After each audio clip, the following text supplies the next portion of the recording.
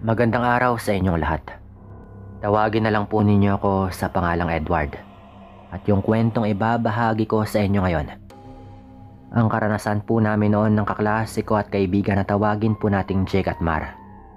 Hindi ko na sasabihin kung saan ba yung eksaktong lugar na ito. Pero bahagi po ito ng Mindanao. At nangyari ito matagal na panahon na rin yung nakaraan.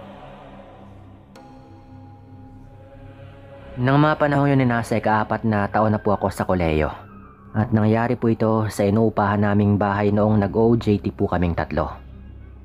Dahil may kalayuan sa mga bahay namin yung hotel na pinapasukan namin noon, nagpasya nga kaming tatlo na mangupahan na lamang malapit doon. Ito pong hotel na ito ay kung nasaan nga po kami nag-OJT. Nasa 5 minutong lakarin lang po mula sa tinitirhan namin papunta roon. Nakasanayan na po naming tatlo na kapag nakauwi na kami sa bahay matapos nga yung buong araw na duty, ay umiinom kami kahit 1 hanggang 2 bote ng alak. Madalas naming pwestuhan noon na yung maliit na espasyo na nasa 2 palapag ng bahay na inuupahan namin.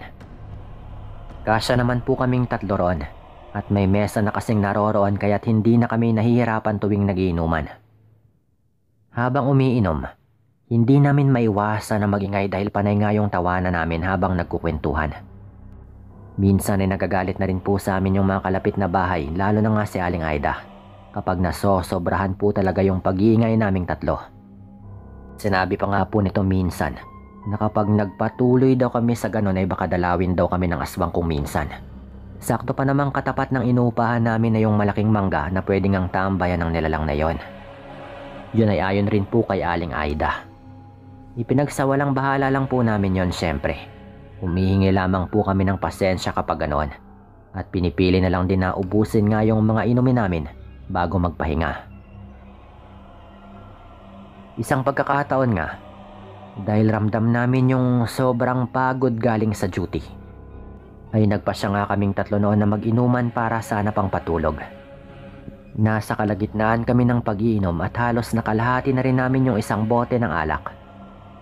Nung nagkwento nga si Mar tungkol sa nakakatawa niyang karanasan noong bata pa ito. Dahil doon ay nagkwentuhan na lang kaming tatlo tungkol sa mga nakakatawang bagay.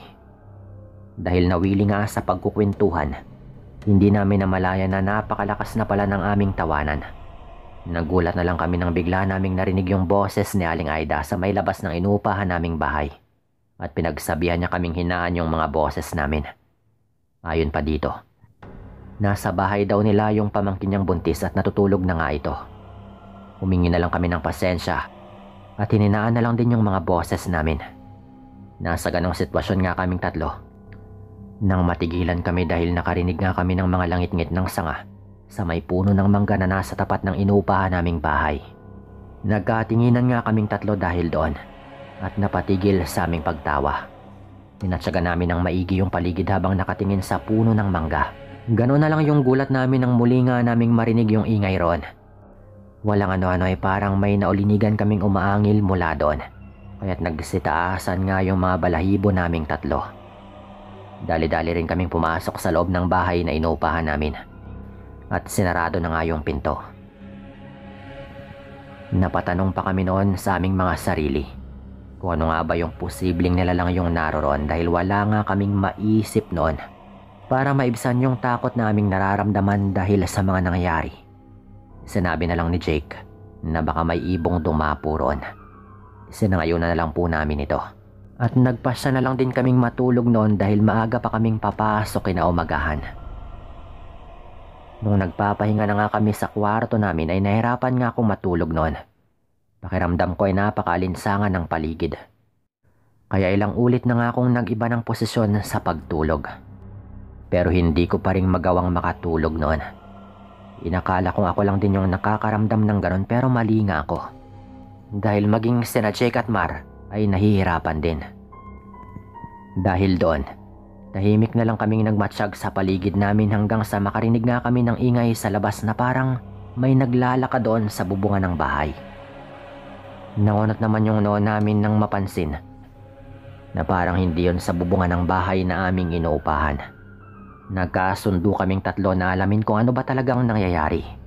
Sinilip namin yung bubungan ng bahay nila Aling Aida mula sa bintana. Sigurado po kasi kami noon na doon nagmumula yung mga pagyabag naming naririnig.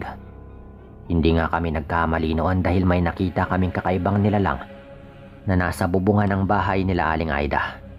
Dahil sa liwanag na nagmumula sa buwan, ay kitang-kita naming tatlo yung mabalahibong nilalang na may maitim na balat at nagbabagang mga mata. Nakalabas yung mga pangil nito na kung babaon nga sa kahit saang parte ng katawan ng isang tao, ay siguradong labis na sakit yung mararamdaman mo. Pabalik-balik po ito sa paglalakad niya roon hanggang sa napatigil ito. Bahagya kaming napatago nang bigla nga itong lumingon sa aming direksyon. Tipong alam niyang may nanonood nga sa kanya mula sa aming kinaroroonan. Nakita naming napangisi pa nga yung nilalang na yon, kaya't nagtayuan talaga yung mga balahibo ko sa katawan dahil doon. Sa hindi inaasahan, bigla na lamang lumundag yung naturang nilalang. At dahil sa bilis nito ay hindi nga namin gaanong nasundan yung kanyang galaw. Naulinigan na lamang namin na merong sanga na lumangit-ngit. Kaya't naisip namin noon na baka sa puno nga ito ng mangga. Sinilip din namin ito roon at hindi nga kami nabigo dahil naabutan pa naming gumagalaw yung mga dahon ng naturang puno. Nang naging tahimik na nga yung buong paligid, bumalik kami sa aming paghiga. Sa pagkakataong yon, dahil inaantok na rin talaga kami, ay nakatulog nga po kami. Kinaumagahan nung magising kami, ay bumungad kaagad sa amin si Aling Aida. Tinatanong kami nito kung wala ba kaming napansin noong nakaraang gabi sa kanilang bubungan. Napatingin nga ako sa mga kaibigan ko at nagkasundo na nga kaming sabihin kay Aling Aida kung ano ba yung aming nakita. Napaisip rin kasi kami noon na kapag hindi namin sinabi dito, ay maging dahilan pa yon para manganib nga yung kanyang pamangking buntis na nakikitira din noon sa kanilang bahay. Nagulat naman yung Ali at kitang-kita nga sa mukha nito yung takot at pagkabahala para sa kanyang pamangkin. Tinanong pa nga namin siya noon kung bakit nga ganun na lang yung kanyang reaksyon. Hindi ba ninyo alam na aswang yung nakita ninyo kagabi? Huwag ninyong sabihin na unang pagkakataon yung makakita ng ganong nilalang. Tanong pa nga po nito. Nagulat naman kami dahil doon. Dahil hindi talaga namin inaasahan yung sasabihin ng Ali.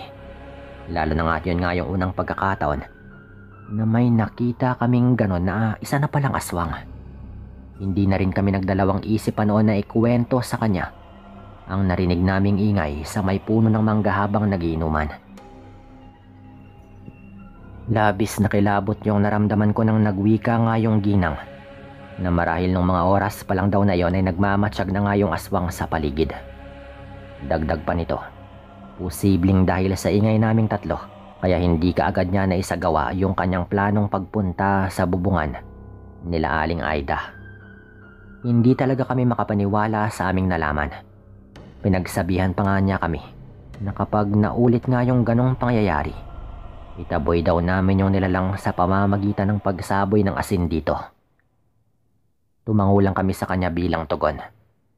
Nung tanungin namin siya kung bakit may aswang nga, ay sinagot naman niya kami na dahil may buntis nga sa kanila at malamang ay gusto nga itong biktimahin ng aswang na yon. Hindi na kami nakaimik pa noon lalo na at nagpaalam na rin po yung Ali. Nagkatinginan lang kaming tatlo dahil hindi namin nakalain na sa ganong sitwasyon pa nga kami makakaranas ng mga ganong bagay. Nakaramdam tuloy kami ng takot sa isipin na baka balik-balikan pa ng aswang na yon yung pamangkin ni Aling Aida at malimit na nga namin siyang makikita. Dahil sa nangyaring yon, ng mga sumunod na gabi ay naging mapagmatsyag nga kaming tatlo. Hindi na rin muna kami uminom ng alak noon dahil natakot kami na baka atakihin nga kami ng nilalang mula sa puno ng mangga. Sa tuwing nakakarinig rin kami ng mga ingay sa paligid, agaran naming sinisilip yung labas ng bahay para alamin yung nangyayari.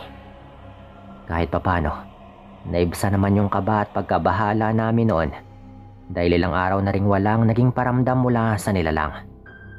Inakala naming baka nagkataon nga lang na napadpad doon yung aswang na yon at hindi na rin babalik pa. Pero mali kaming tatlo. Isang pagkakataon po noon ay ginabi na nga kami ng uwi galing sa duty. Nagkaroon pa kasi kami ng kaunting kasiyahan dahil karawan nga ng isa naming katrabaho. Mga bandang alas 9 na nga po kami nakarating sa inuupahan naming bahay. Habang papalapit, ramdam naming tatlo yung pagbigat ng aming mga yabag. Napapatingin din kami noon sa puno ng mangga dahil pakiramdam nga namin noon ay merong nakatingin mula roon. Unti-unti ring nagtatayuan yung mga balahibo ko. Kaya't pinagsabihan ko nga sina Jake at Mar na bilisan na nga namin yung paglalakad. Nung nasa tapat na nga kami ng pintuan ng bahay, mabilis naming binuksan yung pinto at kanya-kanya na nga kaming takbo papasok ng bahay. Sinara rin po namin yung pinto at sumilip lang sa butas kung saan nga makikita namin yung labas ng bahay. Saktong pagkasilip namin doon ay nakita namin yung nilalang na nakalambitin sa may sanga ng puno ng mangga. Nakatingin po ito sa bahay nila Aling Aida at parang naghihintay lang ng pagkakataon nito na makapunta sa bubungan ng bahay. Ilang sandali pa yung nakaraan ay bigla po itong bumaba sa kanyang paglambitin. Mabilis na tumakbo yung nilalang papalapit sa bahay nila Aling Aida. Tumakbo naman kami papunta sa kwarto at sa bintana na nga namin sinilip ang mga sumunod na mga nangyari. Hindi nga kami nagkamali noon sa isipin. Natatalo na naman ito sa bubungan ng bahay nila Aling Aida. Nagpabalik-balik na naman po ito sa kanyang paglalakad doon hanggang sa bigla nga itong huminto nang marinig niya yung boses ng Ale. Galit na galit si Aling Aida habang minumura yung aswang na yon. Pero kahit na ganon ay hindi pa rin umaalis yung nilalang sa ibabaw ng bubungan. Wala na kaming nagawang tatlo noon kundi kumuha ng asin sa may kusina. Pagkabalik nga namin sa kwarto namin noon ay binuksan namin yung bintana at saka nga namin sinigawan yung aswang na yon. Sinabuyan rin po namin siya ng asin kahit na hindi rin namin sigurado kung maaabot ba siya ng pagsaboy naming ginawa. Aling Aida! Aling Aida! Meron pong aswang sa bubungan ninyo. Paulit-ulit pang sigaw namin noon. Dahil nabulabog na rin po yung mga tao sa bahay nila Aling Aida ay naglabasan nga po sila. Napaangil na lamang yung aswang sa aming tatlo dahil doon. Halata pa sa mukha nito yung galit nang makita nga sina Aling Aida na nakalabas na rin sa bahay nila at merong dalang mga armas para labanan nito. Kahit takot kaming tatlo noon, mas pinili pa rin naming lumabas ng bahay para makisali sa pagharap sa aswang na yon. Nung nasa labas na nga kami ng bahay, ay bigla lang tumalon sa may likod ng bahay nila Aling Aida yung nilalang. Hinabol pa nga ito ng kanyang asawa at anak. Hindi na kami sumama pa dahil hindi rin namin gamay yung bahagi kung saan nga tumakbo yung nilalang na yon. Sabi ni Aling Aida, manatili na lamang daw kami roon at baka kami pa nga yung mabiktima ng aswang. Sabi rin niya, kapag nangyari daw yon ay kargo di konsensya pa nga niya kami. Kaya't nanatili na lang din kami roon at hinintay na lamang na bumalik yung kanyang asawa at anak. Naikwento namin kay Aling Aida yung tungkol sa aswang na yon at kung saan nga ito nagmumula bago pa siya tumatalon sa kanilang bubungan. Kay Aling Aida mismo namin nalaman noon na ilang ulit na raw palang naging tambayan ng aswang yung puno ng mangga na nasa harapan ng inuupahan naming bahay.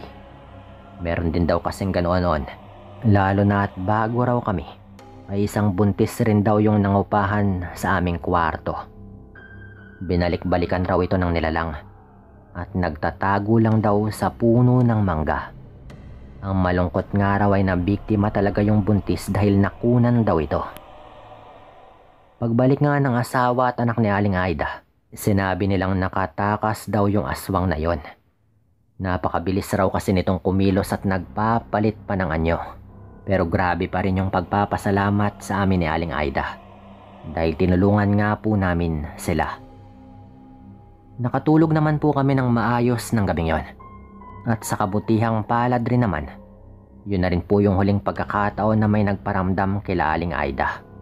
Paano ba naman? Kumuha sila ng albularyo.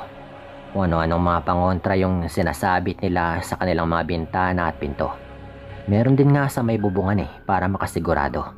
At dahil doon, hindi na rin pumuli pang bumalik yung aswang na yon. Dito ko na rin po tatapusin yung kwento kong ito. At maraming salamat po.